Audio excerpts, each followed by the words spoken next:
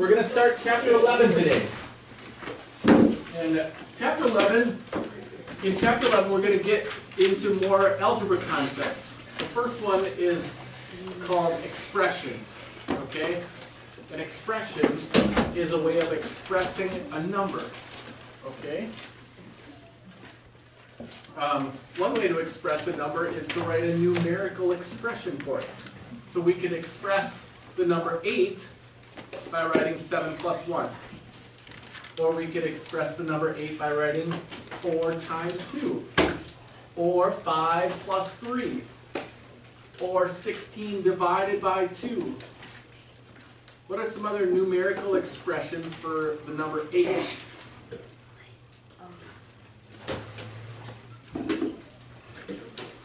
Daria. 9 minus 1. 9 minus 1.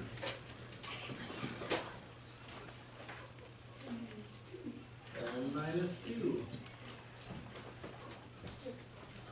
6 plus 2. And we could go on and on and on. These are all expressions for the number 8.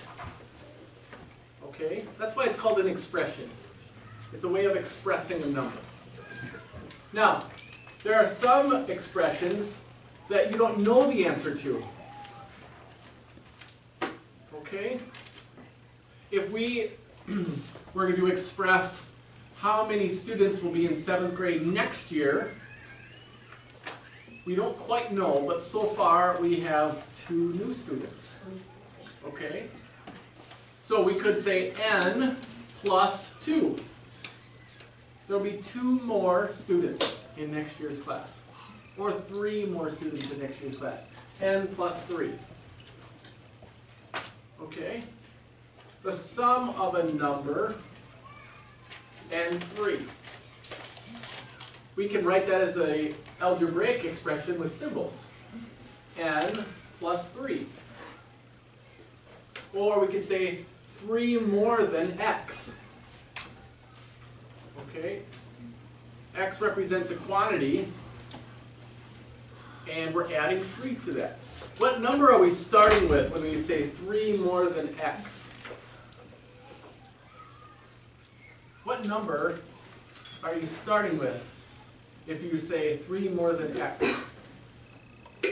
Yeah, you're starting with an amount, x, and then adding 3 to it. So we didn't write 3 plus x. Why not? Because you'd be adding 3 to a number. Yeah, that would be x more than 3, wouldn't it? This means x more than 3. This means 3 more than x. Starting with x and adding 3. Y increased by 3. Increased by is another way of saying adding, isn't it? So y plus 3. Okay? How about, how would you write D decreased by 25? D decreased by 25. D minus 25. D minus 25, yep. How about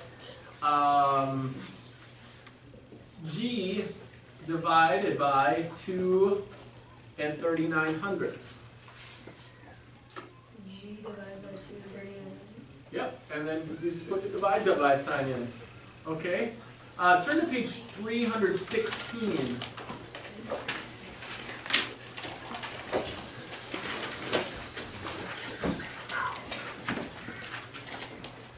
Number 8 says some number increased by 32. What would you write for that? Rhett? Some number, so we would use what? N to represent an unknown number. And why use the number n to represent an unknown number? Tyler? Because you don't really know the number, so What does the word number start with? n. What if you're talking about an unknown number of cars? Then you would use C to represent the number of an unknown number of cars. Students, S. What about onions? Oh. Would you use O? Why can you use O? Because an O looks like a 0. Okay? What about a small L? Would you use a small L? No, don't use a small L. Either make a cursive L. So you can make a cursive L, like the length of something. The length of this room increased by 10. How would you write the length of this room? Okay, you could write R plus 10. Or you could write L and write the cursive L plus 10. Okay? But don't write this plus 10. Why? Because that looks like a 1. Yep. So when you're writing expressions, always choose variables and make sure your variables do not look like numbers. Okay? Your assignment is from page 316. Now, I want you to look at number 16. And it asks you to write the expression, but rewrite it using the appropriate properties. So they give you 2x plus, Roy, please don't sharpen that while I'm talking.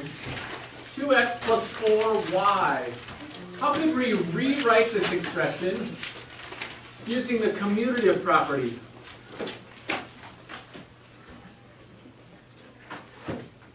What is the commutative property? How could we rewrite this using the commutative property? Cole? You could do 4y plus 2x. Right. 4y plus 2x. Because the commutative property says you can switch the order of addition or the order of multiplication. You can switch the order when they're in either addition or multiplication.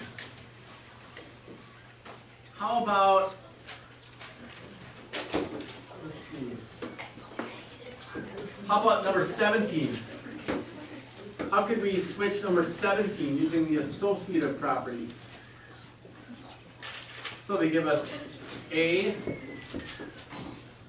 plus 2B plus 3C. Nate. Do A in parentheses plus 2B in parentheses, and then without parentheses 3C. Very good. Yep. Moving the parentheses. And that's the associative property. So we did the addition in a different order. Okay? How about 18? What's the distributive property? What's the distributive property? That's the one with the arrows. So 5 times 3n plus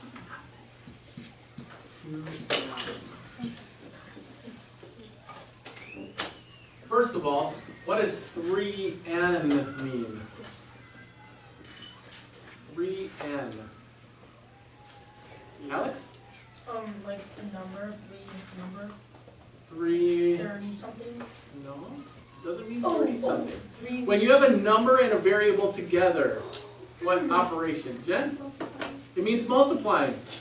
Now, if you have 1n and you have 3 of them, you have 3 n's. So 3 n's literally means n plus n plus n, right? 3 n's. Doesn't equal 9 because we don't know what n is. No, n doesn't equal 3. N equals. N equals an unknown number. Okay? Well, if 3 n's look like this, what do 2 m's look like? 2 M. M plus m. Yep. Now, what do parentheses do? What operation do parentheses mean? Brett? Do what's in the parentheses. Yeah, yep. Do what's in the parentheses first. But if we have variables, we can't add the n's and the m's together because they're different letters. You can only add the same letters together. Okay? So, if we can't add these together, what does 5 and then parentheses mean? It means 5 and then what operation? Add, subtract, multiply, or divide.